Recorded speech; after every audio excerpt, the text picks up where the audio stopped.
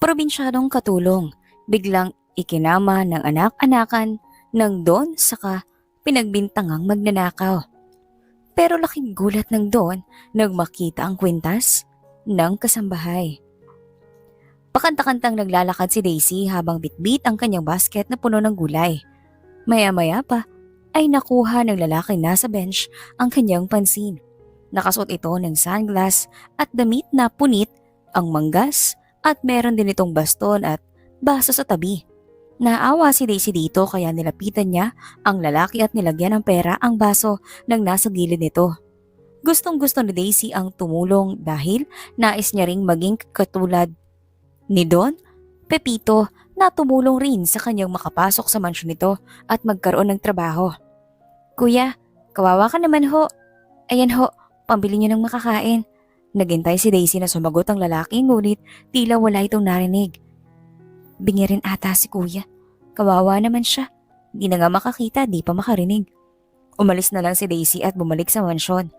Pagkarating doon ni Daisy ay naghanap siya ng ref ng pwedeng ihalo sa nabiling gulay. Hindi na kasi sariwa ang nasa palengke kaya hindi siya bumili. Wala namang nakita si Daisy kaya lumabas na lang siya para sana bumalik sa palengke. Ngunit nang papalabas si Daisy ay may nakita siyang fish pond sa likod ng mansyon. Ngayon lamang iyon nakita ni Daisy dahil wala ito kanina. Wow! Ang ganda naman ng dagat nila dito. Kitang-kita yung mga isda.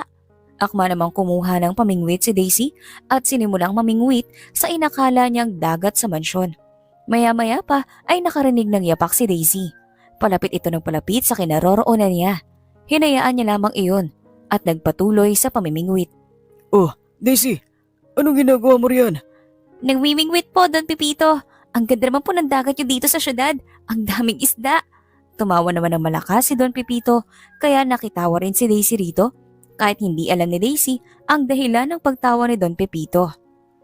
Walang araw talaga, Daisy, na hindi mo ako pinapatawa. Halika rito at may papakilala ako sa'yo. Inakbayan na ni Don Pepito si Daisy at iginiya si Daisy papuntang sala.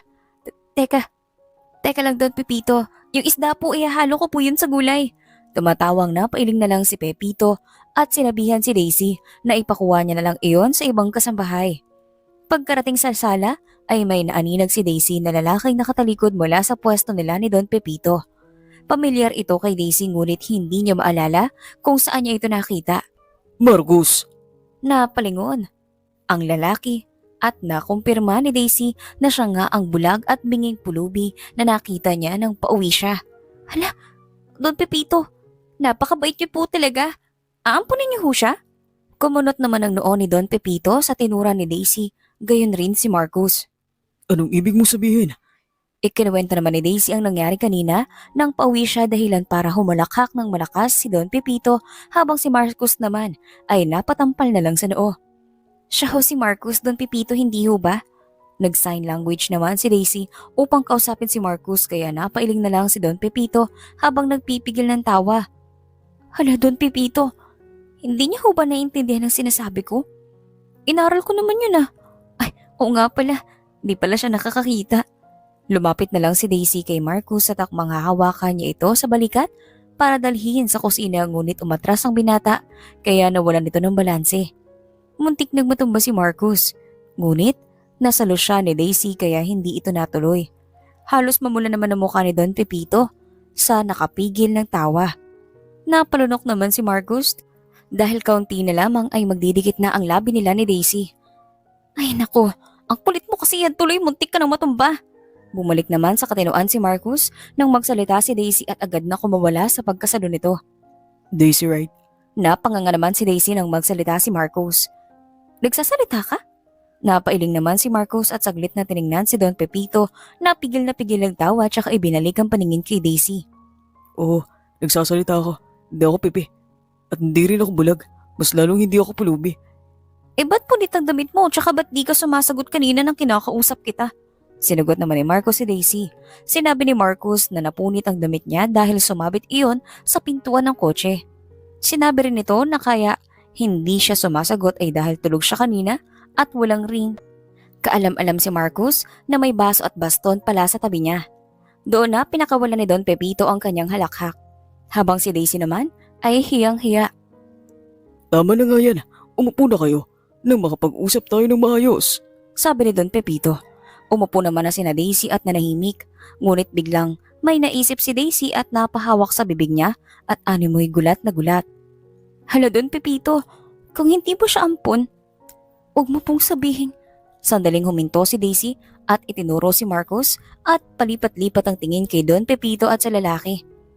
Siya ho ang nawawala niyong unika iha? Bakit po siya nakadamit panlalaki? Humagalpak na naman ng tawa si Don Pepito. At sa tinura ni Daisy habang si Marcos ay napasabunot na sa buhok dahil sa inis. Pwede bang hintayin mo muna makapagsalita si Don Pepito? At mukha ba ako babae sa paningin mo? Umiling naman si Daisy at hinayaan ng magsalita si Don Pepito. Sinabi ni Don Pepito na kaya nais niyang ipakilala si Daisy kay Marcos ay dahil nais niya lamang malaman ng binata na hindi delikado ang tao, si Daisy. Kahit bago pa lamang si Daisy sa mansyon, di tulad ng iniisip ni Marcos. Sumang-ayon naman si Marcos doon dahil sa mga lumalabas na mga salita sa bibig ni Daisy. Tumango na lamang si Daisy kahit hindi niya maintindihan bakit iniisip ni Marcos na delikado siyang tao. But I think, hindi ka delikadong babae. You're a weird and dumb girl, yet interesting. Sabi ni Marcos. Kampante ka na ngayon at nakilatas mo na ang bago mong kasambahay. Tanong naman ni Don Pepito. Nagtaas naman ng kamay si Daisy na animoy nasa eskwelahan para mapansin ng guro. Tumingin naman sa kanya si Don Pepito at Marcos. Don Pepito, pabalik na po ako sa pamimingwit. Kulang pa po kasi yung nahuli kong isda kanina. Natatawa namang tumango si Don Pepito habang si Marcos naman ay napakunot ang noo dahil sa tinura ni Daisy. Nagpaalam naman si Marcos kay Don Pepito na susundan niya si Daisy. Nang makarating sa likuran ng mansyon ay nakita niyang namimingwit si Daisy sa iniregalo niyang fish pond kay Don Pepito. Anong ginagawa mo? Ay, Shokoy! Ano ba? Ba't ka nagugulat? Di mo ba nakikita na mimingwit sa dagat? What the? Hindi yan dagat. Fishman yan. Inaalagaan ng mga isdang nariyan. Hindi naman maintindihan ni Daisy kung anong ibig sabihin ni Marcos sa fish pond kaya ipinaliwanag ito ni Marcos. Napakamot sa ulo si Daisy. Nagreklamo naman si Marcos kay Don Pepito ngunit tinawanan lamang sila nito. Wala nang nagawa si Marcos ng iluto na ni Daisy ang ibiningwit niyang isda sa fish pond dahil wala na ring buhay ang mga ito. Kumakain sina Daisy nang biglang dumating si Hazel, ang nag-iisang pamangkin ni Don Pepito. Tito, I'm back! Nagtaka naman si Daisy kung sino ang babae, kaya naman nagtanong siya sa mga naroon. Sinabi ng mga matagal na sa kasambahay roon kung sino ang babae. Sinabi rin nila kay Daisy na lagi na raw itong naroon sa mansyon, na ititigil lang daw ang pagbisita ni Hazel kapag nagtatravel ito. Oh, Hazel! Kumusta lang trip mo to London? Ayos lang tito, nag-enjoy po ako. Thank you sa pagsagot sa gastusin. Yumakap naman si Hazel kay Don Pepito na ikinangiwi ni Daisy. Maya-maya pa ay bumulong ang isa sa mga kasambahay kay Daisy. Sabi nito'y pag hindi daw nakita ang nag-iisang tagapagmana ni Don Pepito, ay siguradong kay Hazel mapupunta ang mga kayamanan ng Don. Nasabi rin nito na lagi rin daw naroon si Hazel dahil na rin kay Marcos dahil may pagtingin daw si Hazel sa lalaki. O siya, umupo ka na at kumain. Umupo na nga si Hazel at sumabay ng kumain. Bigla itong napatingin kay Daisy at tinitigan na mabuti ang dalaga dahil napansin ni Hazel ang pagkakahawig nito kay Don Pepito. Excuse me, sino siya, uncle? Tanong ni Hazel. Siya si Daisy. Bago natin katulong. Saan naman ni Don Pepito? Di ko siya gusto. Tugon ni Hazel. Hala ma'am, di rin po kita gusto. Mukha lang po akong lalaki manamit pero hindi po ako nagkakagusto sa kapwa babae. Sabi ni Daisy. Napairap na lamang si Hazel habang si Don Pepito at Marcos ay nagpipigil ng tawa. Ganon ang naging takbo ng araw ni Daisy. Laging naroon sa mansyon si Hazel at panay ang pagsusungit sa kanya. Napuno rin ng tawanan ng mansyon dahil kay Daisy na inosenteng di alam ang mga nakikita niya sa mansyon dahil wala ito sa probinsya. Ano kaya Marcos kung samahan mo itong si Daisy na gumala? Para naman marami pa siyang malaman tungkol dito sa syudad. Agad naman na umiling si Daisy dahil ayaw niya ring lumabas sa mansyon dahil takot siyang maligaw. Sige na Daisy, huwag ka nang mahiya. Parang anak na rin kita at ikaw ang pinakabatang kasama namin dito sa mansyon. Sinubukan pang umayaw ni Daisy ngunit makulit si Don Pepito kaya sa huli ay lumabas pa rin sila ni Marcos at pumunta kung saan-saan. Halos isumpa naman ni Marcos ang pagsama kay Daisy dahil nang makalabas ito ay daig pa ang batang makawala sa magulang. Nang nasa mall na sina Daisy ay nagtaka si Marcos kung bakit sila nagpagtitinginan ng mga tao. Nang tingnan niya si Daisy ay bitbit nito ang kaniyang tsinelas. Bakit bitbit mo yung tsinelas mo? Sabi kasi dun sa pintuan, be careful daw kasi the sahig is slippery. Binitbit ko na lang tsinelas ko para siguradong di ako madulas. Napatampal na lang sa noo si Marcos at pinasuot kay Daisy ang mga tsinelas nito. Nang matapos silang mag-ikot sa baba ay pumunta naman sina Marcos sa second floor ng mall. Ngunit, nang lumingon si Marcos ay wala si Daisy sa tabi niya. Pagtingin niya sa baba ay para itong batang nakatingin sa escalator at takot na takot. Aga namang bumaba si Marcos at sinundo si Daisy. Bakit nandiyan ka pa? Paano yung hagdan niyo? May sumapi atang multo dyan, gumagalong mag-isa. Ano ka ba? Di yan sinapian. Di kuryente yan. Inalalayan na lamang ni Marcos si Daisy sa pagsakay. Dahil sa takot nito ay panay ang kapit ni Daisy kay Marcos. Hiyang-hiya naman si Marcos dahil panay ang tingin ng mga tao sa kanila. Ang iba pa ay kinikilig at panay rin ang sabi ng bagay silang dalawa. Tinatanggal ni Marcos ang pagkapit sa kanya ni Daisy ngunit ayaw nitong bumitaw hanggat di sila nakakarating sa itaas. MPA, di ko rin ang tulad mo. Kung hindi lang talaga dahil kay Don Pepito. Grabe ka naman Marcos ha. Tao rin ako at may pakiramdam. Parang di mo alam ang meaning ng GMRC. Bakit ikaw alam mo ba? Oo naman! God is good all the time yun, di ba? Napailing na lang si Marcos at nauna nang naglakad. Nang magutom sila ay dinala ni Marcos si Daisy sa Jollibee at doon sila kumain. Panay naman ang libot ng paningin ni Daisy dahil ngayon lamang siya nakakain sa isang fast food chain. Maya-maya ba ay nakita niya si Jollibee? Sa sobrang tuwa ni Daisy ay walang paalam siyang tumakbo palapit sa mascot at niyakap ito. Hala si Jollibee! Totoo ka pala? Asan si Naheti? Kayo na ba? Agad naman na lumapit si Marcos kay Daisy at hinila ito papalayo. Nagtaka naman si Daisy nang gawin iyon ni Marcos. Pwede ba? Parang bata. Nagulat naman si Daisy nang bigla siyang sigawan ni Marcos at nanahimik na lamang sa usapan. Nang dumating ang order nila, ay kumain na lamang si Daisy at nagyaya ng umuwi. Nagtaka naman si Marcos dahil hindi siya sanay na tahimik si Daisy. Habang nasa biyahe ay kinakausap ni Marcos si Daisy at humingi ng tawad. Hindi, ako siguro ang problema. Pasensya na, wala kasi ganun sa probinsya. Sandali namang tinitigan ni Marcos si Daisy at bumalik sa pagdadrive. Nang nag-stoplight na ay kinuha ni Marcos ang nakitang ipit na nagustuhan niya at inabot iyon kay Daisy. Ano to? Ninakaw mo kanina sa mall? Hala Marcos, bad yun. Tinignan naman na masama ni Marcos si Daisy. Nagpisay naman si Daisy at awkward na tumawa. Binili ko yan. Hindi rin ako. Para sa'yo. Para naman magkakulay ang mukha mo. Napangiti naman si Daisy at inipit iyon sa buhok niya. Pagkatapos ay kinalabit niya si Marcos at tinanong ang lalaki kung bagay ito sa kanya. Napatitig naman si Marcos kay Daisy dahil mas gumanda si Daisy sa paningin niya. Pababa ng pababa ang tingin ni Marcos hanggang sa mapatitig siya sa bibig ng dalaga. Napalunok naman si Marcos at unti-unting nilapit ang mukha sa dalaga. Ilang dangkal na lang ang layo nila nang biglang bumusina ang kotse sa kanilang likuran. Marcos, galit na yata yung kuyang kalbo sa likuran ng sasakyan natin. Mamaya mo na tingnan ng mabuti yung pimple ng ilong ko. Agad naman na lumayo si Marcos at napailing na lang dahil sa kainosentehan ni Daisy. Pagkarating nila sa mansyon ay masayang masaya na ipinakita ni Daisy ang biniling ipit ni Marcos sa kanya. Ikiniwento rin ni Daisy ang lahat ng pinuntahan nila pati na rin ang mga bagay na bago para sa kanyang paningin. Tuwang-tuwa naman na nakinig sa kanya si Don Pepito at alos maihina sa katatawa. Alam mo ba Don Pepito, yung elevator ba yun? Pagsabi ko open sesame, aba, bumukas lang ng kanya. Ay, iha. Naku naman, hindi na ako makahinga. Hinihika na po. Kayo Don Pepito. Teka, tawagin ko na ho si Manang. Mas lalo namang natawa si Don Pepito at pinigilan si Daisy.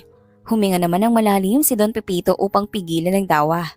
Lumipas ang mga araw na may ngiti sa labi si Don Pepito dahil kay Daisy na nagugustuhan na din ni Marcos dahil ngayon niya na lamang nakitang gumiti at tumawa nang ganon si Don Pepito. Madaling lumipas ang oras, araw, linggo at taon. Mas nakilala ni Marcos si Daisy at napagtanto niya na bukod sa maganda ang panlabas nitong anyo ay maganda rin ang pangloob nito. Hindi ba't maganda at masaya siyang kasama? Ani Don Pepito habang nakatitig kay Daisy na naglalaba ngayon sa swimming pool sa rooftop ng mansyon. Ay, Ilog, Don Pepito. Kayo po pala. Sabi ni Marcos. Nakuha naman ni Don Pepito at Marcos ang pansin ni Daisy kaya napatingin ito sa kanila tsaka kumaway.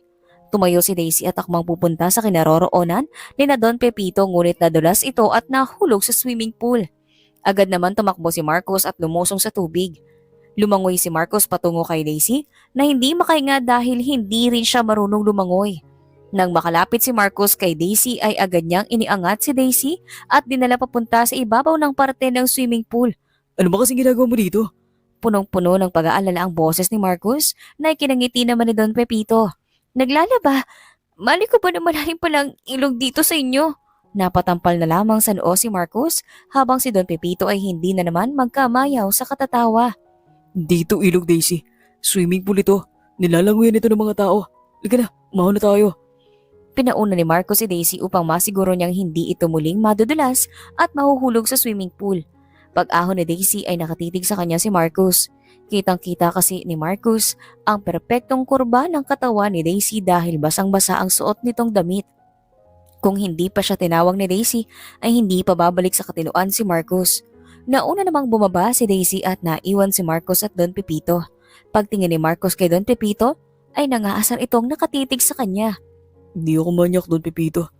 Sabi mo Tara, mag-base ka na rin, bumabakat Tiningnan naman ni Marcos ng masama si Don Pepito ngunit tinawanan lamang siya nito. Pagkatapos magbihis ni Daisy ay bumaba na siya ngunit pagdating niya roon ay wala pa si Marcos. Inutusan naman ni Don Pepito si Daisy na tawagin si Marcos. Umakyat si Daisy at pumunta sa kwarto ni Marcos. Doon na nakatira si Marcos dahil personal assistant ito ni Don Pepito. Mahiling magtrabaho si Don Pepito sa bahay kaya doon niya pa na pinatira muli si Marcos. Marcos, kakain na daw! Nakailang tawag si Daisy ngunit hindi ito sumasagot kaya nakapagdesisyon si Daisy na pumasok na lang.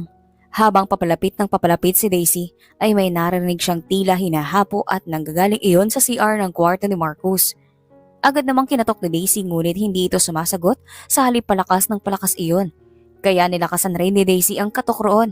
Marcos, hinihika ka ba? Marcos, buksan mo to! Laking gulat ni Daisy nang bumukas iyon at bigla siyang hinila ni Marcos papuntang loob ng CR. Agad nitong nilak ni Marcos. Kinorner naman ni Marcos si Daisy sa may pinto ng CR at iimbagang na tinitigan ng dalaga. Hindi ako inika. At alam mo bang kasalanan mo to? Marcos, nasasaktan ang kamay ko. Ano ba kasalanan ko? Yan. Yang ka-inosentihan mo na meron ka. Hindi na nakapagpigil pa si Marcos at agad na hinalikan si Daisy. Nabigla naman ang dalaga at pumalag sa halik ni Marcos. Hindi naman nagpatinag si Marcos at hinawakan ng panga ni Daisy. Tsaka inilagay ang kamay nito sa ulo nito. Nang huli ay nadala na rin si Daisy at tumugon sa halik ni Marcos. Binuhat naman ni Marcos si Daisy kaya inaangkan niya ang kaniyang mga binti rito. Ipinatong naman siya ni Marcos sa dulo ng bathtub at ipinagpatuloy ang paghalik sa kanya. Napaungol si Daisy nang biglang bumaba ng halik ni Marcos papunta sa kanyang leeg at pisilin nito ang kanyang hita. Napapakapit na lang si Daisy sa buhok ni Marcos habang pinagsasawa nito ang dila at bibig sa kanyang leeg. Marcos, ano ginagawa mo sa akin? Bakit parang nilalagnat ako? Hayaan mo na lang ako bago tong ituturo ko sa'yo. Agad na hinubad ni Marcos ang damit ni Daisy at pinagsawa ang kamay niya sa dibdib ng dalaga habang hinahalikan nito sa labi upang hindi mapalakas ang ungol nito. Pagkatapos magsawa ng kanyang kamay roon ay tinanggal niya naman ang pang-ibaba ng dalaga pati na rin ang huling tela na nakatakip sa dibdib nito. Pinagsawa ni Marcos ang kanyang dila at bibig roon habang ang kanyang kamay ay minamasahe ang hita at nasa gitna ng hita ng dalaga. Napapanganga na lang si Daisy habang may mahihinang daing na nakataka sa kanyang bibig. Binuhat ni Marcos si Daisy at pinahiga sa sahig ng CR, tsaka tinanggal ang huling tela na nakatakip sa gitna ng kanyang hita. Teka Marcos, kabibihis ko lang Bakit mo tinatanggal ang damit ko? Maglalaba ka ba? Natawa naman si Marcos sa sinabi ni Daisy. Tsaka na yung ginagawa natin, bakit ganun yung pakiramdam? Bakit? Anong pakiramdam, Daisy? Namula naman si Daisy na ikinangisi ni Marcos. Hindi na pinagsalita pa ni Marcos si Daisy, tsaka ito hinalikang muli. Pababa ng pababa ang halik ni Marcos hanggang sa makarating ito sa gitnang bahagi ni Daisy. Pinagsawa niya ang kanyang dila at labi roon hanggang sa makarating sa rurok ng kaligayahan ni Daisy. Matapos gawin niyo ni Marcus ay pinaupo niya si Daisy at pinahawak sa dalaga ang kanyang sandata at iginalaw ang kamay nito. Nang makuha ni Daisy kung paano iyon gawin, ay nagawa niyang dalhin sa langit si Marcus. Madali ka lang pala turuan. Saka mo nang gawin lahat ng tinuro ko sa'yo ngayon Ha? Hindi yun para sa lahat? Silly girl. Oo, saka mo na pwede gawin yun. At huwag na huwag mo ikukwento ito kahit kanino. Kahit kay Don Pepito? Tumango naman si Marcus at tinulungang magbihis si Daisy. Pagkatapos nila ay sabay na silang bumaba. Pagkarating nila roon ay dumaan na si Hazel. Agad itong tumakbo papunta kay Marcus at yumakap. Napangiwi naman si Daisy sa nakita. Hindi niya alam kung bakit siya naiinis pero pinagsawalang bahala na lang niya ang nararamdaman. Mula noon ay kung ano-ano na ang itinuturo ni Marcus kay Daisy. Lagi na rin silang magkasama sa tuwing nasa mansyon si Marcus. Sa'yo na. Sandaling tumitig si Daisy kay Marcus at ibinaling sa tingin ng cellphone na iniabot nito sa kanya. Wala yung pindutan kumpara sa keypad niyang cellphone na para sa kanya ay may madaling manipulahin. Ayoko niyan, di ako marunong niyan. Tuturuan kita. Tinitigan naman ni Daisy si Marcus, nag-iisip kung totoong tuturuan siya nito dahil nang nakaraang turuan siya nitong gumamit ng oven ay itinuro naman nito sa kanya. Ang itinuro nito nang nasa CR sila ng kwarto nito. Nabalik lang sa realidad si Daisy nang pumitik sa harapan niya si Marcus. Saan na naman lumilipad yung utak mo? Baka iba na naman yung tuturo mo sa akin. Napangiti naman si Marcus dahil sa alam niyang tinutukoy ni Daisy. Ngunit sinabi niya sa dalaga na tuturuan niya na talaga ito nang walang halong ganon. Mabilis namang natuto si Daisy. Magkadikit na magkadikit sila sa sofa habang tinuturuan ni Marcus si Daisy kaya naman ang tumingin si Daisy kay Marcus para magpasalamat ay nagdikit ang kanilang mga labi. Agad naman na napahiwalay sa isa't isa sina Daisy at Marcus nang makarinig ng yapak na nanggaling sa kanilang likuran. Hi Marcus! Si Tito. Tanong ni Hazel. Sa office niya. May sariling office si Don Pepito sa mansyon. Doon ito nagtatrabaho pag nasa bahay lang kaya lagi ring nasa mansyon si Marcus. Ganun ba? Tumingin naman si Hazel kay Daisy tsaka ito inirapan. Nakita ni Hazel ang nangyari kanina ngunit hindi na lamang siya nagpahalata. Daisy, right? Tumango naman si Daisy upang ipaalam rito na siya ang tinutukoy nito. Kunin mo nga ako ng tubig. Nauhaw ako eh. Agad namang tumayo si Daisy at akmang pupunta na ng kusina ngunit dinagdagan pa ni Hazel ang pinapakuha nito sa kanya. Ngunit tumayo si Marcus at nagpresentang siya na lamang ang kukuha. Napangiti naman si Hazel. Dahil iniisip niyang may gusto sa kanya si Marcus, kaya nagpresenta itong kumuha ng gusto niyang kainin. Naiwan naman roon si Hazel at Daisy. Nakita ko yung kanina. Namula naman si Daisy sa sinabi ni Hazel dahil alam niya ang tinutukoy nito. Gusto ko si Marcus. Alam mo naman yun siguro. Nahahalata mo naman, di ba? Opo, ma'am. Dikit ka nga po ng dikit kay sir eh. Halata ko po tuloy. Gusto niyo po magpaturo sa akin paano magpakipot? Tiningnan naman ang masama ni Hazel si Daisy dahil hindi ito nagustuhan ang sinabi ni Daisy. Alam mo naman na siguro ang gagawin mo kung ayaw mong gawin kung miserable ang buhay mo. Tumango na lamang si Daisy at umalis na lang doon at saka nagkulong sa kwarto niya. Nang maisip ni Daisy na malabo ngang magustuhan siya ni Marcus ay kumirot ang kanyang dibdib nang hindi niya alam ang dahilan. Dahil siguro ito sa kahihilot ni Marcus, ginagawa niya rin kaya yun kay Hazel? Bigla namang nasaktan si Daisy sa kanyang naisip. Hindi na lumabas pa ng kwarto si Daisy. Ikinataka naman yun ni Marcus kaya nang umalis na si Hazel ay pinuntahan ni Marcus si Daisy. Nakailang katok na siya ngunit hindi binubuksan ng dalaga ang pintuan nito. Nakapagdesisyon si Marcus na subukang buksan ang pintuan. Nang pihitin niya ito ay hindi ito nakalak. Daisy, are you in there? Nang tingnan ni Marcus ang kama ay naroon si Daisy at natutulog. Napangiti naman siya at pumasok siya kainilak ang pintuan. Dahan-dahang tumabi si Marcus kay Daisy upang hindi ito magising. Maya-maya pa ay nagkatulugan ni Marcus ang pagtitig kay Daisy. Nagising si Daisy nang maramdamang may mabigat na nakapatong sa kanyang katawan. Pagmulat ng kanyang mata ay bumungad sa kanya si Marcus na masarap ang tulog. Gwapo mo talaga. Kamukha mo yung future husband ko. Kumukha mo naman yung future wife ko. Nagulat si Daisy dahil gising rin pala si Marcus. Akmang kakawala si Daisy mula sa yakap ni Marcus, ngunit mas hinigpitan nito ang pagkakayakap sa kanya. Huwag ka nga alis. Mas maganda ang tulog ko pagkayakap kita. Ano kasi Marcus eh? Ano yung tumutusok sa akin sa tiyan? May dala ka bang batuta? Natawa naman si Marcos sa tanong ni Daisy at bahagyang lumayo kay Daisy. Sandali niya itong tinitigan at hinalikan. Agad namang lumayo si Daisy, ngunit nang lumalalim na ito ay lumayo si Daisy na ikinataka naman ni Marcos. Ano ba tayo, Marcos? Natigilan naman si Marcos sa katanungan ni Daisy. Agad naman siyang ngumiti at hinalikan si Daisy sa noo. Ano bang gusto mo? Hindi ba't gusto ka ni Hazel? Di ko naman gusto si Hazel. Talaga? Tumango naman si Marcos na ikinangiti ni Daisy. Nagtanong muli si Marcos at tinanong si Daisy kung ayos lang bang ligawan siya dito. Pumayag naman si Daisy. Simula noon ay araw-araw nang nililigawan ni Marcos si Daisy na ikinagalit naman ni Hazel. Simula noon, lagi nang pinag-iinitan ni Hazel si Daisy. Ngunit hindi siya nagtatagumpay dahil laging nandyan si Marcos upang ipagtanggol si Daisy. Daisy, lika nga dito. Tawag ni Hazel habang nasa gilid ng swimming pool. Bakit po, Ma'am Hazel? Nang makalapit si Daisy, ay pinaglinis niya ito ng swimming pool. Dahil mahaba ang hawakan niyon, ay nahihirapan si Daisy.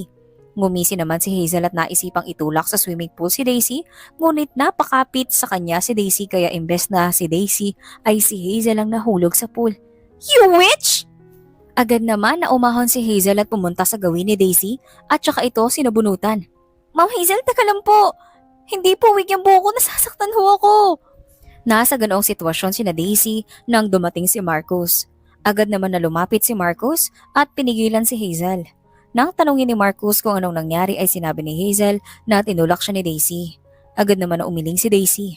Wala namang nagsasalita sa mga kasambahay na nakakita dahil takot sila kay Hazel. Ngunit hindi pinaniwalaan ni Marcos si Hazel kaya mas lalo pang nadagdagan ang inis nito kay Daisy. Marcos! Lumingon naman si Marcos kay Daisy at tinanong ito kung bakit. Baka mamaya bugahan na ako ng apoy ni Ma'am Hazel. Lagi mo ko pinagtatanggol sa kanya. Iya mo siya. Kahit maging bulkan pa siya, dahil sa inggit wala akong pake. Natawa naman si Daisy sa tinura ni Marcos, tsaka ito binigyan ng madali ang halik sa pisngi. Agad na tumakbo si Daisy dahil alam niyang pag nahabol siya ni Marcos ay kung ano-ano na naman ang ituturo nito sa kanya. Madaling lumipas ang buwan at dumating na ang karawan ni Don Pepito. Naging busy ang lahat sa mansyon, lalo na si Marcos kaya naman alam ni Hazel na pagkakataon niya na iyon para ipahiya si Daisy. Manang Gina! Agad naman na lumapit si Manang Gina kay Hazel. Nang makalapit ito ay inutusan niya itong tawagin si Daisy. Nagdadalawang isip man ay tumalima na lamang ito sa utos ni Hazel. Bakit po, Ma'am Hazel? Tawag niya raw po ako? Ah, oo. Gusto ko kasing, alam mo na, dumali ka rin sa birthday party ni Tito. Nag-miss ka rin na maganda. Nagtaka naman si Daisy dahil biglang bumait si Hazel. Nagdadalawang isip man ay tumango na lamang si Daisy.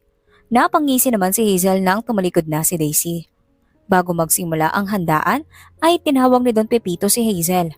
Nang makarating sa itaas si Hazel ay ipinakita ni Don Pepito kay Hazel ang kwintas na kapareha ng binigay niya sa kanyang dating kasintahan sa kaparehang araw ngunit ibang taon. Wow! Ang ganda naman po niyan, Tito! Locket necklace at pure silver. Ganun ko kamahal si Rosita. Siya lang ang babaeng minahal ko at mamahalin ko mula noon hanggang ngayon. Nakaka-touch naman po, Tito. Itago niyo po yan ng mabuti baka nakawi ng kung sino. Tumawa lang naman si Don Pepito sa sinabi ni Hazel tsaka ito binalik sa drawer niya. Matapos mag-usap ay lumabas na sila at dumiretso sa labas upang makihalubilo sa mga bisitang dumating. Sa kabilang banda naman ay hindi alam ni Daisy kung ano ang kanyang susuotin. Mabuti na lamang at dumating si Marcos at tinulungan siya nitong pumili. Sigurado ka bang ayos na to? Yeah, you look stunning sa puting bestida mo. Lalabas na sana si Daisy nang mapansin ni Marcos ang silver locket necklace na nakasabit sa may aparador sa kwarto ni Daisy. Kinuha niya iyon at isinuot kay Daisy. Bagay sa'yo. Ngumiti lang naman si Daisy. Thank you. Bigay na mama ko bago siya nawala. Naging malungkot ang ekspresyon ni Daisy sa huling sinabi, kaya naman lumapit si Marcos sa kanya tsaka siya niyakap. Nang bumalik ang sigla sa mga mata ni Daisy, ay bumaba na sila. Nakita naman agad sila ni Hazel at napabusangot ito nang nakitang nakadamit ng maganda si Daisy. Lumapit naman si Daisy at Marcos kay Don Pepito at bumati ito. Oh, Daisy, nandito ka rin pala. Kanina pa kita hinahanap, kaso di kita makakita. Sabi ni Don Pepito. Inibitahan po ako ni Hazel, sabi niya pwede daw po ako dito makisali sa birthday party niyo. Tugon naman ni Daisy. Napangiti naman si Don Pepito sa buong pag-aakala na bukal sa loob ng pamangkin na imbitahan si Daisy. Nagpaalam naman sa kanila ang Don at sinalubong ang iba niyang pangbisita. Nang magutom si Daisy ay umalis sandali si Marcos at kinuwanan siya ng makakain kaya nagkaroon ng pagkakataon si Hazel na lumapit kay Daisy. Niyaya ni Hazel si Daisy papasok ng bahay. Sumunod naman si Daisy dahil amo niya pa rin si Hazel kahit papaano. I like your dress. Salamat ma'am. Gusto niyo po to? Bili niyo po? Ay naku, mura lang po to. Tinignan naman ng masama ni Hazel si Daisy nang bumaba sa may leeg ni Daisy ang paningin niya at nakita niya ang kwintas na suot nito. Agad niya namang naalala ang kwintas na pinakita sa kanya ni Don Pepito kaya agad siyang lumapit kay Hazel at hinawakan ang kwintas ni Daisy. Ma'am, gusto niyo rin po yan? Hindi ko po pwedeng ibenta sa iyo ma'am, mahalaga po sa akin yan. Kumbaga may instrumental value po yan sa akin. You mean sentimental value? Paano sentimental value eh? Kay Don Pepito yan. Ninakaw mo yan ano? Nagtalo si Hazel at Daisy tungkol sa kwintas na ayaw ibigay ni Daisy. Ang kwintas ay hinablot iyon ni Hazel. Manipis lang naman ang kwintas kaya agad itong napigtas ng hilahin ni Hazel. Nang makita ni Daisy na napigtas ang kwintas na bigay ng ina niya ay kusang tumulo ang kanyang luha. Ma'am, akin na po yan. Hindi ho pwedeng mawala sa akin yan. Bakit? Tatakas ka't ibibenta mo? Para yumaman ka rin at maging bagay kay ni Marcos? Agad naman na umiling si Daisy at pilit na inagaw ang kwintas kay Hazel. Nakuha naman nila ang atensyon ng ibang tao kasama na roon si Don Pepito. Agad naman na lumapit si Don Pepito at tinanong kung anong nangyayari. Sinabi naman ni Hazel na nakita niya ang kwintas na pagmamayari nito nasuot ni Daisy at pinalabas na ninakaw ito ng dalaga. Don Pepito, hindi ho totoo yun. Akin ho talaga ang kwintas na yan, maniwala po kayo sa akin. Tiningnan naman ni Don Pepito ang kwintas na tinutukoy ni Hazel at napagtanto na parehong-pareho nga ito ng kwintas na nasa kanya. Daisy, bakit mo nagawang kumuha ng bagay na hindi sa'yo? Agad naman na umiling si Daisy. Don Pepito, hindi ho. Akin po talaga yan. Kahit po wala na kaming makain, hindi ko po magagawang magnakaw. Maya-maya pa ay dumating si Marcos. Sinabi rin ni Hazel kay Marcos ang nangyari at halata sa itsura nitong hindi siya naniniwala kay Hazel. Habang si Daisy ay panayang pagmamakaawa kay Don Pepito na ibalik sa kanya ang kwintas. Aminin mo na lang Daisy, na kinuha mo ito at hindi kita papakulong. Patuloy na umiling si Daisy habang tuloy-tuloy din ang pagtulo ng kanyang luha dahil iyon na lamang ang naiwang alaala ng kanyang namayapang ina sa kanya. Iyon na lamang ang bagay na nasa piling niya na kapag tinignan niya ay lumalakas ang kanyang loob. Agad naman na ipinagtanggol ni Marcos si Daisy na hindi nagustuhan ni Hazel. Don Pepito, pwede naman natin ito pag-usapan na maayos na tayo-tayo lang. Sabi ni Marcos. Hindi. Ayaw mo umamin? Lumayas ka sa pamamahay ko. Galit na wika ni Don Pepito at idinuro si Daisy. Don Pepito, pakiusap po, maniwala po kayo sa akin. Enough. Pare-pareho lang kayong mahihirap. Tila nadurog ang 100 beses si Daisy dahil sa sinabi ni Don Pepito. Ngunit kahit gano'n ay hindi pa rin siya sumuko dahil kailangan niya ang trabaho sa mansyon para sa mga pinsan at tiyahin niya. Lumuhod siya sa harapan ni Don Pepito ngunit hindi rin ito nagpatinag at pinapalayas pa rin siya. Umalis si Don Pepito at iniwang nakaluhod si Daisy. Napaupo na lamang si Daisy sa sahig at napahagulgol dahil sa nangyari. Agad naman siyang dinaluhan ni Marcos at tinulungang tumayo. Didikit ka pa rin dyan, Marcos? Magnanakaw yan at gold digger ang babaeng yan. Inilalarawan mo ata ang iyong sarili, Hazel. Malis ka na at di ka nakakatulong. Nakita ni Marcos ang dumaang sakit sa mata ni Hazel, ngunit wala siyang pakialam dahil doble ang ipinaramdam nitong sakit sa babaeng mahal niya. Nagdadabog na tong lumayo sa kanila ni Daisy. Umakyat naman si Marcos at Daisy sa kwarto. Hinayaan muna ni Marcos na umiyak sa bisig niya si Daisy. Nang makabawi ito ay humiwalay na ito sa pagkayakap sa kanya at sinimula ng mag-empake. Sigurado ka bang hindi mo na ipaglalaban ang iyong sarili? Para ano pa? Kahit ilang beses ko pang sabihin sa akin ang kwintas na yun, di sila maniniwala. Nagpatuloy si Daisy sa pag-iimpake ng gamit at tinanggap na lang ang sa sarili na hindi na maibabalik ang kwintas na tanging naiwang alaala ng kanyang ina. Sigurado ka ba sa iyong kwintas na yun? Natigilan naman si Daisy sa tanong ni Marcos sa kanya at bumaling sa binata. Naniniwala ka rin ba sa kanila? Kinabahan naman si Marcus dahil alam niyang mali ang kanyang tanong. Ipapaliwanag na sana ni Marcus ang ibig niyang sabihin ngunit naunahan na ng galit si Daisy at pinalabas ang binata. Ilang beses kumatok si Marcus ngunit hindi na ito pinagbuksan ni Daisy. Nakatulog na lang si Daisy sa pag-iyak dahil sa nangyari ng gabing iyon. Kinaumagahan ay nagpaalam na si Daisy kay Don Pipito ngunit hindi man lang siya tinapunan ng tingin ng Don. Salamat po Don Pipito sa sandaling kasiyahan. Hindi ko kayo malilimutan. Napangisi naman si Hazel dahil sa wakas ay napalayas niya na sa mansyon si Daisy at masusolo niya na si Marcus. Ihatid na kita. Agad naman na tumanggi si Daisy. Nagpumilit pa si Marcus ngunit hindi natinag si Daisy at sa huli ay hindi pa rin pumayag. Pagkarating ni Daisy sa probinsya ay mugto ang kanyang mata dahil sa pag-iyak sa babae.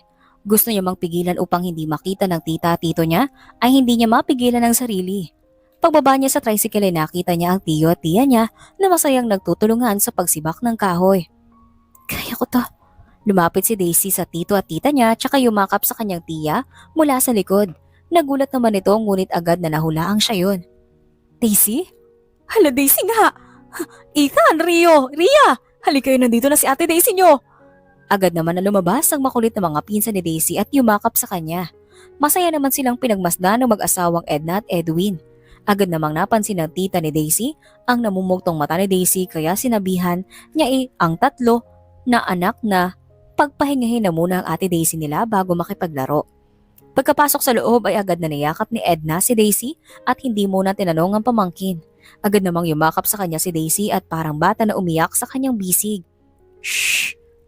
Nandito na si tita. Kung may gusto kang sabihin, makikinig ako. Tita, ang kwintas po ni nanay. Wala na po sa akin. Nagtaka naman si Edna sa sinabi ni Daisy. Para malinawan ng tita ni Daisy ay ikinuwento niya dito lahat ng nangyari. Agad naman na nagyaya ng tita ni Daisy na sugurin ng mga taong nag-api kay Daisy. Ngunit pinigilan ni Daisy si Edna at sinabing hayaan na lang ang mga ito. Madaling lumipas sa mga araw at nakaya naman ni Daisy ang mga gastusin kahit nagtitinda lamang sila ng gulay ng kanyang tiyang sa palengke. Daisy, wala tayong baong kanin at ulam. Bumalik ka na muna doon sa may labasan. Apo, Chang. Naglakad naman ng palabas ng palengke si Daisy. Naglalakad siya nang mapansin ng isang lalaki na pamilyar ang likuran sa kanya, ngunit agad iwinaksin ni Daisy sa isipan na si Marcus iyon. Habang naglalakad pabalik si Daisy, ay may nakabanggaan siya. Natumba naman si Daisy pati ang lalaki. Pagangat ng tingin ni Daisy ay laking gulat niya nang si Marcus iyon. Oh, sorry. Di ko sinasadya na may sinusunod kasi ko. Yumuko lang si Daisy at hindi sinagot si Marcus. Sumenyas lang siya sa lalaki na ayos lamang. Maglalakad na sana palayo si Daisy ngunit natigilan siya nang tawagin siya ni Marcus sa kanyang pangalan. Nang makabawi ay dali-daling naglakad si Daisy. Ngunit sumunod si Marcus sa kanya na ikinakabahan naman ang kanyang dibdib. Daisy, sandali, alam kong ikaw yan. Hindi ako si Daisy kuya, layuan niyo po ko. Nagpatuloy sa paglalakad si Daisy ngunit naabutan siya ni Marcus at hinawakan ng kanyang braso tsaka siya pinahirap rito. Daisy, tumingin ka sa akin. Alam ko ikaw yan sa ulo ko. Ang bawat parte ng katawan mo. Wala namang ginagawa si Daisy kundi ang tingnan si Marcus. Agad naman siya nitong niyakap ng mahigpit na ikinagulat ni Daisy. Nang makabawi si Daisy ay agad niyang tinulak si Marcus at kumawala sa pagkakahawak nito. Bakit ka nandito? Para sunduin ka. Anong sunduin? May kasama ka bang pulis? Teka, patay ka na ba? Tinignan naman ni Daisy ang sarili at kinurot-kurot. Naparay naman siya sa sariling kagagawan. Teka, buhay pa naman ako ah. Bakit mo ako sinusundo? Napailing naman si Marcus habang tumatawa na ikinataka naman ni Daisy. Dadalhin sana ni Marcus si Daisy sa lugar kung saan pwede silang mag-usap. Nang masinsinan, ngunit umayaw si Daisy. Galit ako sa'yo, di ba? Ayoko. Tsaka, baka turuan mo na naman ako ng kung ano-ano. Umalis si Daisy at pumunta na sa kanyang tiyang, susundan pa sana siya ni Marcus ngunit pinigilan siya nito at iniwang nakatanaw lamang sa kanya. Pagkatapos magbenta ni na Daisy sa palengke, ay umuwi na sila. Pagkarating ng kanilang bahay ay parang praning na minuminutong tumitingin si Daisy sa labas, bagay na ipinagtataka ng tiyang Edna niya. Daisy, ano bang nangyari sa'yo at panay ang tingin mo dyan sa labas? Wala ho tiyang. Nag-i-stretching lang po. Tiningnan lang naman ni Edna si Daisy na napailing na lamang sa ginagawa ng pamangkin. Baka mamaya maging pabo ka na. Hahaba yung leeg mo saka sisilip dyan. Napabusangot naman si Daisy tsaka hinawakan ng kanyang leeg para pakaramdaman kung humahaba na talaga iyon. Di naman siya nga. Tinatakot niyo naman ako eh. Natawa naman si Edna dahil hindi na naman nakuha ni Daisy ang ibig niyang sabihin. Natigilan naman silang dalawa sa pag-uusap nang may sasakyang tumigil sa harapan ng kanilang bakuran. Agad naman na nakisilip ang tiyahin ni Daisy sa bintana. Ngunit laking gulat naman ni Daisy nang makitang si Marcos iyon. Naku Daisy, huwag mo sabihin na umalis ka ng syudad na may utang ka pang di nababayaran. Tiyang naman, natatakot na nga akong makulong eh. Agad namang nagtago si Daisy nang tumingin sa direksyon nila si Marcos. Maya-maya pa ay namalayan na lang ni Daisy na pinapasok na pala ng tiyo niya si Marcos. Agad naman na hinarangan ni Daisy si Marcos at tinulak palabas ng kanilang bahay. Hindi naman nakagalaw ang kanyang tiyo at tiya at hinayaan na lang siya. Sabi ko kasing hindi ako sasama sa'yo. Teka, nakikita ka ni na Chang? Natampal na naman ni Marcos ang noo dahil seryoso pala si Daisy sa pag-aakala na isa siyang kaluluwa. Oo, boy ako Daisy. At wala ako kasamang pulis kaya pwede magpayaan mo kung makausap ka. Umiling naman si Daisy at tinulak muli si Marcos pabalik ng sasakyan nito habang ang kanyang tiyo at tiya ay nanatiling nakatingin sa kanila. Wala namang nagawa si Marcos kundi ang umalis at bumalik sa ng tuluyan niya sa hotel na bayan malapit sa liblib na pook kung saan nakatira si na Daisy. Hindi naman tumigil si Marcos at bumalik pa rin kina Daisy kahit ayaw niya nitong kausapin. Hindi mo pa rin ba kakausapin anak? Tignan mo oh, kulang na lang dali ng mga magulang niya dito. Bahala siya magsibak ng kao dyan Chang. Di ko naman siya inutusang gawin yan. Sabi mo eh, pero di ka talaga naaakit sa abs niya. Namula naman si Daisy at iniwasan ang tanong ng tiyahin niya. Sige Chang bibilangin ko pa yung benta natin. Natawa naman si Aling Egna sa itinura ni Daisy.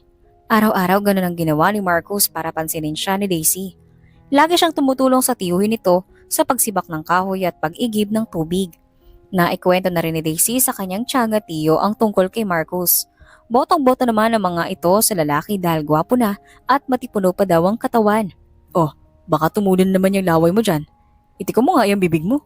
Ani ni Aling Edna habang nakatanaw rin kay Marcos na dala ang 2 timba na nakasabit sa kabilaan ng matibay na kawayan. Agad naman na bumalik sa realidad si Daisy nang marinig ang tinura ng kanyang tiyahin. Di kaya, napangangalang ako kasi bigat nung dala niya pero kaya niya. Sus, pinapangarap mo lang maging timbasa ngayon para mabuhat niya rin eh. Namula naman si Daisy dahil naalala niya ang unang nangyari sa kanila ni Marcos noong nasa mansyon pa siya. Agad naman siyang nagpaalam sa tiyahin niya na may bibilhin lamang. Baka kasi maikwento pa niya ito sa ginang. Gabi na nang bumalik si Daisy dahil gusto niyang iwasan si Marcos. Naglalakad siya noong biglang bumuhos ang malakas na ulan.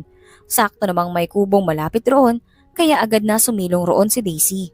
Akala ni Daisy ay bumalik na ng bayan si Marcos, ngunit bigla niyang naaninag ang lalaki na papunta sa gawin niya at basang-basa rin ito. Marcos? Marcos dito! Halika dito! Agad naman siyang nakita ni Marcos at pumunta sa kanya. Nang makalapit ang binata ay agad siya nitong niyakap. Ayos ka lang ba? Wala bang masakit sa'yo? Bakit naman ako makakasasaktan? Mukha bang sibat niyang ulan? Natawa naman si Marcos sa sinabi ni Daisy tsaka humiwalay sa pagkakayakap nito. Saka ba kasi nanggaling? Bakit gabi ka na bumalik? Umiwas ng tingin si Daisy tsaka lumayo kay Marcos dahil bumabakat. Sa damit nito ang perpekto at matipuno nitong katawan. Wala, sumagap lang ng sariwang hangin. Pagtingin namang muli ni Daisy kay Marcos ay nasa bandang dibdib niya na ito nakatingin. Kaya agad niyang tinakip ang kanyang dibdib ang kanyang kamay. Napaiwas rin naman agad ng tingin si Marcos dahil sa ginawa ni Daisy. Inirapan naman ni Daisy ang lalaki at lihim na napangiti. Palakas ng palakas ang ulan pati na rin ang mga hangin kaya naman pareho lang naninigas sa lamig si Daisy at Marcos. Ikaw kasi, tignan mo, pareho tayo nalalamig. Bakit sinabi ko bang sumunod ka? Nagulat si Daisy nang biglang lumapit si Marcos at nakita siya nito. Hindi, pero ayos na rin sumunod ako para may kayakap ka. Nang una ay umaayaw pa si Daisy, ngunit nang huli ay yumakap na rin siya pabalik kay Marcos at dinama ang init na hatid ng katawan nito sa kanya. Maya-maya pa ay naramdaman ni Daisy ang namumunting halik ni Marcos sa kanyang liig. Hindi naman pumalag si Daisy dahil nangungulila na rin siya kay Marcos at sa mga ginagawa nito sa kanya. Napaungol si Daisy nang maramdaman niya ang bahagyang pagpisil ni Marcos sa kanyang balakang. pababa ng pababa ang halik ni Marcos hanggang sa namalayan na lamang ni Daisy na pareho na silang walang saplot. Hindi naman nag-alala si Daisy dahil sarado naman ang kubo na kanilang kinaroroonan. Humiga si Marcos at Daisy at sa papag ng kubo habang nakapaibabaw si Marcos kay Daisy. Nang makarating si Marcos sa gitna ng hita ni Daisy, ay todo kagat si Daisy sa kanyang bibig upang hindi mapalakas ang ungol niya. I miss this. Nang maipadama ni Marcos ang langit kay Daisy, ay mas inihiwalay niya pa ang dalawa nitong hita. Pinaupo niya si Daisy at pinahawak rito ang kanyang sandata. Iginalaw niya ang kamay ni Daisy habang tinitingnan at pinaglalaroan ng kamay niya ang nasa gitna ng hita ng dalaga. Kapwa napapaungol ang dalawa, walang pake kung may nakarinig man sa kanila sa labas. Nang umabot ang rurok ng kaligayahan, ay napatitig na lamang sila sa isa't isa at natawa. Marcos, ang galing-galing mo sa ganito. Saan mo natutunan yan? Tinuturo ba yan sa college? Natawa naman si Marcos sa tagtaka rin sa tanong ni Daisy. Hindi. Kung saan natututunan yun? Di ka ba nakatungtong ng college? Nalungkot si Daisy at ikinuwento kay Marcos ang kanyang buhay. Nabanggit ni Daisy na bata pa lamang siya ay namatay na ang kanyang ina. Nakwento rin ni Daisy na ang kwintas na nakuha sa kanya noong nasa mansyon pa siya ay bigay ng nanay niya. Sinabi rin ni Daisy kay Marcos na simula nang pumanaw ang kanyang ina, ang tiya Edna niya ang kumupkop sa kanya. Kaya yun, di na ako nakatungtong ng kolehiyo dahil hindi kaya ni na Chang kaya tumutulong na lang ako sa pagpapaaral sa mga pinsan ko. Biglang may naalala si Marcos at kinuha ang kanilang pantalon. Nagtaka naman si Daisy nang may kunin doon ang binata. Here. Nang tingnan iyon ni Daisy, ay nangilid ang kanyang mga luha na muling makita ang kwintas na galing sa kanyang ina. Maayos ulit ito at hindi napigtas. Dahil hindi agad kinuha ni Daisy ang kwintas kaya si Marcos na mismo ang nagsuot nito sa kanya. Dahil sa tuwa ni Daisy ay niyakap niya nang mahigpit si Marcos. Handa ka namang makinig sa akin? Oo, pero pwede bang magbihis muna tayo ng ang lamig kasi? Natawa naman si Marcos sa sinabi ni Daisy. Nang makapagbihis na ay kinuwento na ni Marcos ang lahat kay Daisy. Sinabi ni Marcos kay Daisy na alam na ni Don Pepito na nagsasabi ng totoo si Daisy, kaya nga ang kwintas.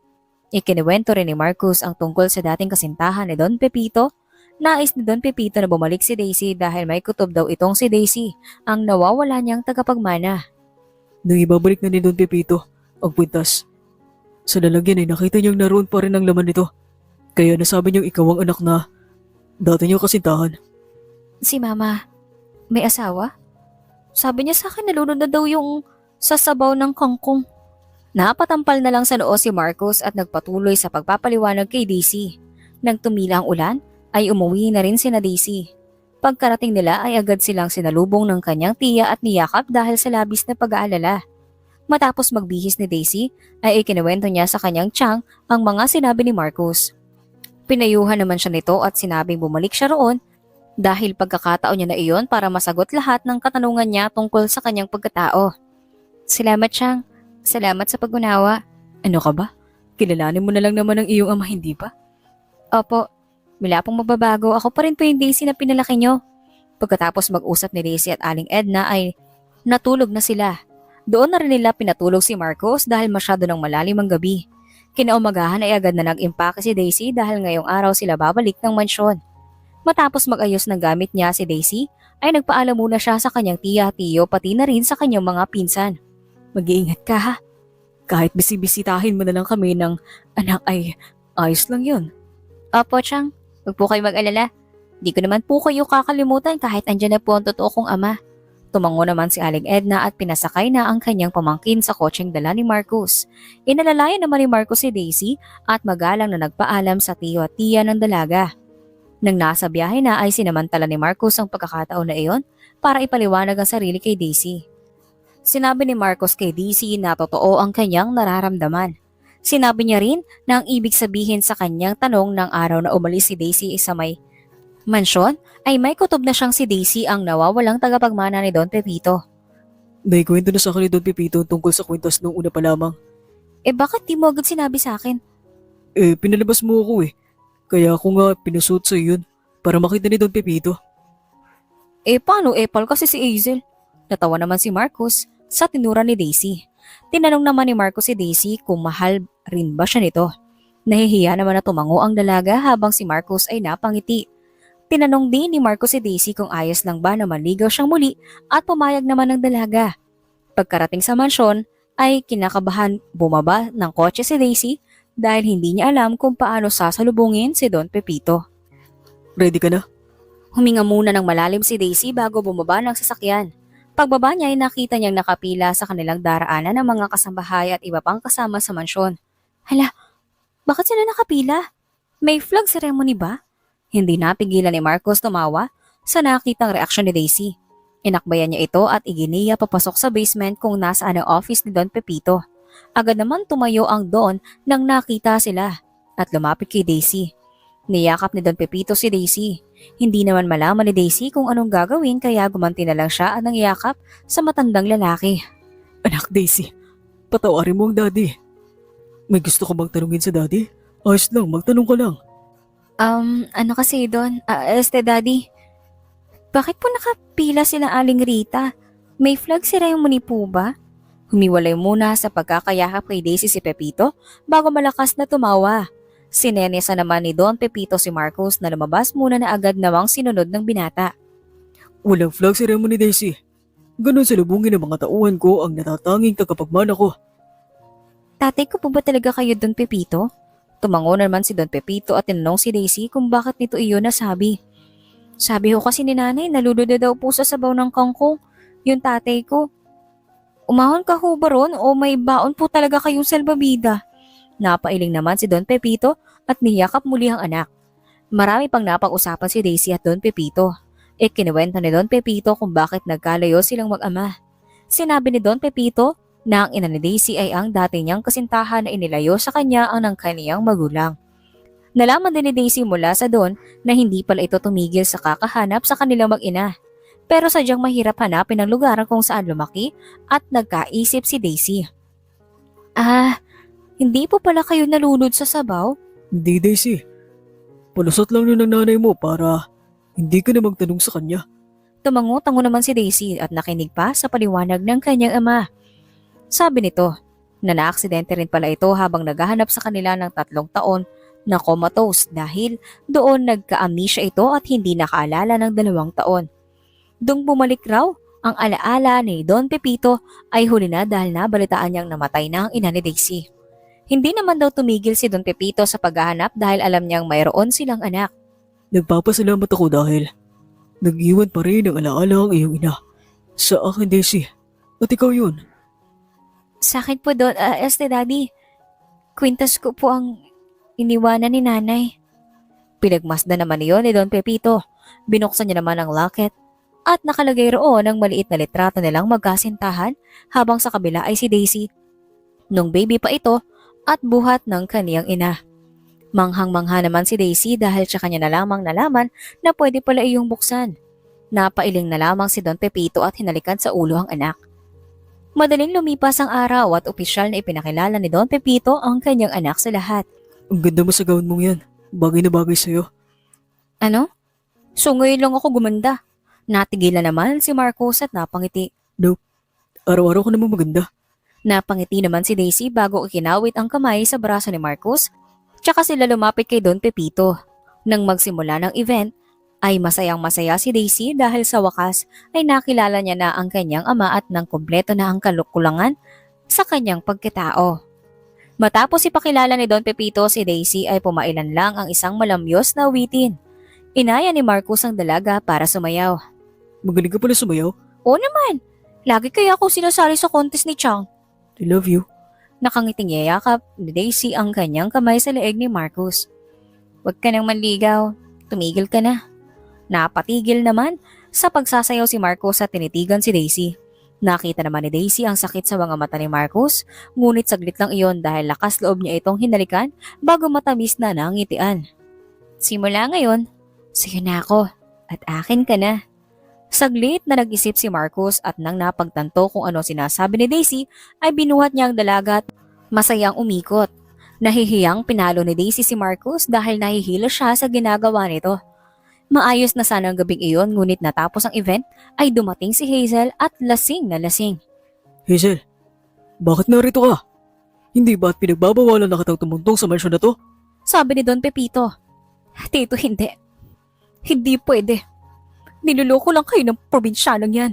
Tama na, Hazel. Umuwi ka na at lasing ka na lang. Nang alalayan ni Don Pepito si Hazel, ay pumipiglas ito. Nang makawala si Hazel sa pagkakahawak ni Don Pepito, ay tumakbo ito papalapit kay Daisy.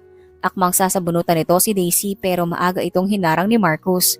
Pilit pang inaabot ni Hazel si Daisy ngunit tumawag na ng security guard si Don Pepito kaya may umawat na dito. Di ako makapaniwala na naniniwala ako si Hazel. Umalis ka na. Kahit pamangkin kita ay hindi ko hayaang saktan mo ang anak ko. Tito, ako lang ang dumamay sa'yo noon. Ako dapat ang pamanahan niyo, hindi ang hampas lupang yan. Habang pilit kinakaladkad ng mga security guard si Hazel, ay sigaw nitong, Hoy Hazel, hindi ako hinampas sa lupa. Sa nanay ko naman talaga yung kwintas. Marami pang sinabi si Hazel ngunit hindi na siya pinakinggan pa ni Don Pepito. Nang mailabas ito ng guard ay agad na pinasara ni Don Pepito ang gate ng mansyon. Madaling dumaan ang mga araw, buwan at taon. Napagpasyahan ni na Daisy at Marcus na magpakasal at bumuo ng sariling pamilya.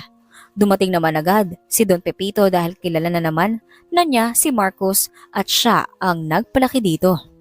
Salamat po, Don Pepito. Ulog po talaga kayo ng langit sa akin.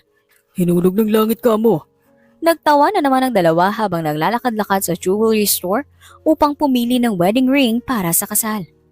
Bakit hindi si Daisy ang isinama mo? Hindi ba dapat kayo ang pumipili? Gusto ko pasing masurpresa siya. Napangiti naman si Don Pepito at tinulungan na lamang si Marcus sa pagpili ng singsing na magugustuhan ni Daisy. Pagkatapos ng ilang buwang paghahanda ay dumating na nga ang araw ng kasal ni na Daisy at Marcus.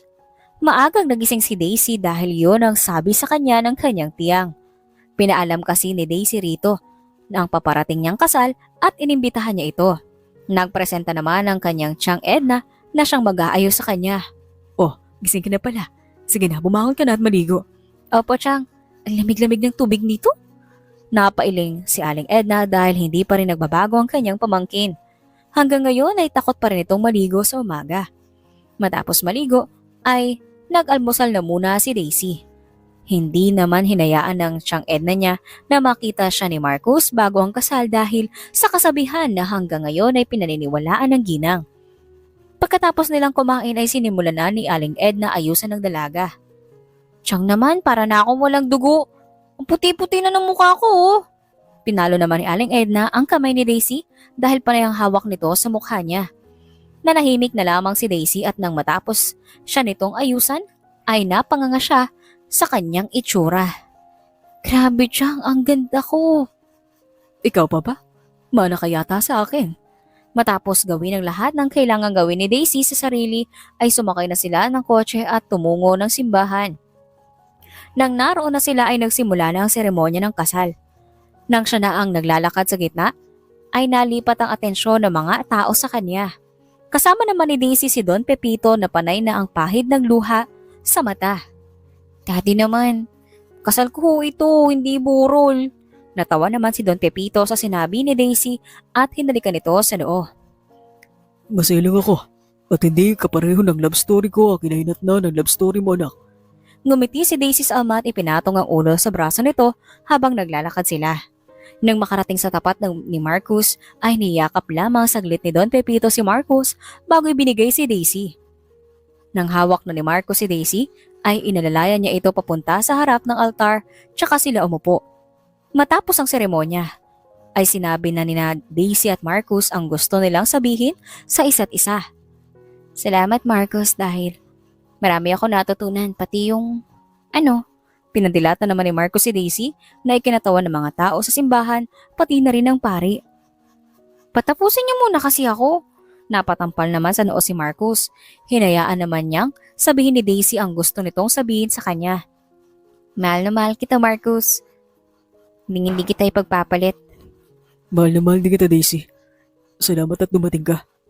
Matapos sabihin ang kanilang mga pangako at saloobin ay isinuot na nilang sa isa't isa ang kanilang mga singsing at pinayagan na sila ng pari na halikan ng isa't isa. Umayaw pa si Daisy dahil maraming tao at nakakahiya raw ngumiti. Ngunit tumawa lang si Marcos at dire-diretso siyang hinalikan. Tumugo naman agad si Daisy at nakalimutan ang hiyang nararamdaman.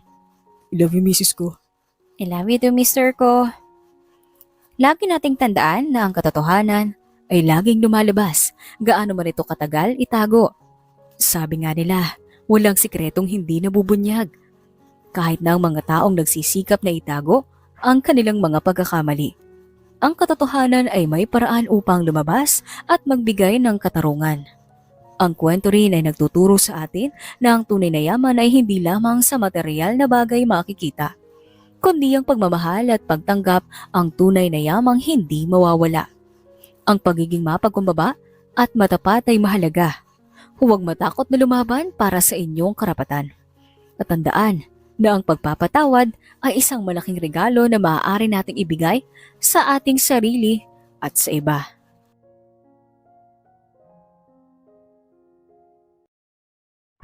Probinsyadong katulong, biglang